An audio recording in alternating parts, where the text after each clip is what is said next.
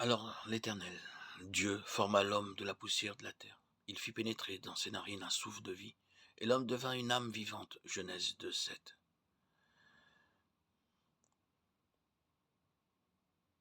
Si nous reportons à la citation exacte que l'apôtre Paul fait de ce passage dans 1 Corinthiens 15:45, nous verrons qu'il est employé pour décrire la différence qui existe entre le premier Adam et le dernier Adam. Le premier homme, Adam, a été fait âme vivante. Le dernier Adam est esprit vivifiant. Le premier a été fait une âme vivante, le dernier un esprit vivifiant. Cela nous aidera. Mais remarquons pour commencer la synthèse. Il y a trois choses. Les éléments matériels, la poussière de la terre, le facteur formateur, le souffle de vie, et le résultat final, l'homme devint une âme vivante. Il n'est pas nécessaire de toucher au premier point. La plupart des hommes acceptent le côté matériel de l'être humain. Adam, de Adama, signifie de la terre. Ce mot renferme aussi un élément de couleur, terre rouge, Adam. Le second point nous amène immédiatement à notre objet présent. Nous avons ici deux côtés ou deux aspects. L'éternel Dieu, le souffle de vie.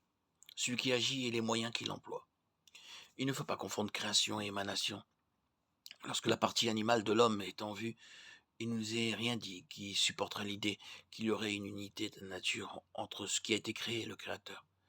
Mais lorsque nous considérons cette partie de l'être humain dans laquelle il est à l'image et à la ressemblance de Dieu, nous avons une nature plus haute et celle-ci est communiquée et non créée.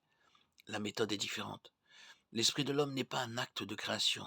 Nous avons là plutôt la nature de la procréation, de l'engendrement. Ce souffle de vie n'est pas l'âme de l'homme, c'est son esprit. Ce n'est pas simplement un élément abstrait, simplement initiateur, qui marque la différence entre l'homme, organisme vivant, et la matière inanimée, mais quelque chose qui, venant de Dieu, est un organe ou une faculté aussi bien qu'une fonction. Selon l'enseignement général des Écritures, nous comprenons que ce fut le Saint-Esprit, l'Esprit de vie qui souffla dans l'homme, et par ce souffle fit de lui non seulement un être animé mis en lui, non seulement le corps, âme, la vie physiologique, mais forma le lien avec Dieu pour l'accomplissement des desseins suprêmes de Dieu. Nous avons dans Zacharie 12:2 cette phrase. L'Éternel a formé l'esprit de l'homme au-dedans de lui. Le mot formé vient du mot hébreu yatsar, qui signifie mouler, pour donner une forme. Dieu a formé le corps de l'homme de la poussière de la terre. Il a aussi formé l'esprit de l'homme en lui.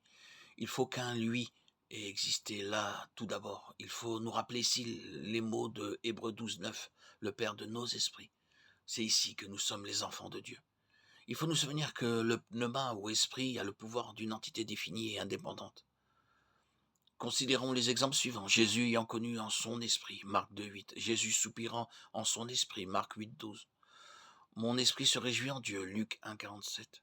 Jésus tressaillit de joie en son esprit, Luc 10:21. Adoreront le Père en esprit, Jean 4:23. Il frémit en son esprit, Jean 11:33. Il fut troublé en son esprit, Jean 13:21. Paul fut étreint par l'esprit, Actes 18:5. Que je sers en mon esprit, Romains 1:9. Que nous servions Dieu en nouveauté d'esprit, Romains 7:6. L'esprit de l'homme qui est en lui, 1 Corinthiens 2:11. Absent de corps, mais présent d'esprit, 1 Corinthiens 5:3. Afin que l'esprit soit sauvé au jour du Seigneur Jésus, 1 Corinthiens 5:5. Mon esprit est en prière, mon intelligence reste inactive, 1 Corinthiens 14:14. Je prierai avec mon esprit, 1 Corinthiens 14:15. Les esprits des prophètes sont soumis aux prophètes, 1 Corinthiens 14:32. Les esprits des justes parvenus à la perfection, Hébreux 12:23. Certains prétendent que l'esprit ou pneuma est simplement la vie de l'âme et du corps, le facteur animateur. Nous savons que quelquefois les mots souffle, vent viennent de la même racine originale que esprit, mais il en est de même pour le mot âme. Ils sont employés en ce cas à cause du pouvoir de l'action invisible qu'ils représentent. Personne ne pensera à substituer par vent ou souffle l'usage qui est fait du mot esprit. Ce serait insensé et absurde. Il n'est pas en notre pouvoir d'expliquer la relation qui existe entre l'âme et le corps. La Bible fait des déclarations très définitives à ce sujet, mais ne l'explique jamais. Souvent, par exemple, les termes âme et vie se succèdent alternativement, et il est dit très souvent qu'ils sont dans le sang. L'âme de la chair est dans le sang. son sang et sa vie en elle. Lévitique 17, 11 et 14. La science ne nous a pas aidés à comprendre cela, mais le fait est naturellement irréfutable. Une chose établie, c'est que tandis que les propriétés et les qualités sont dans le sang, elles cessent d'y être après un certain temps, bien que le sang soit encore resté.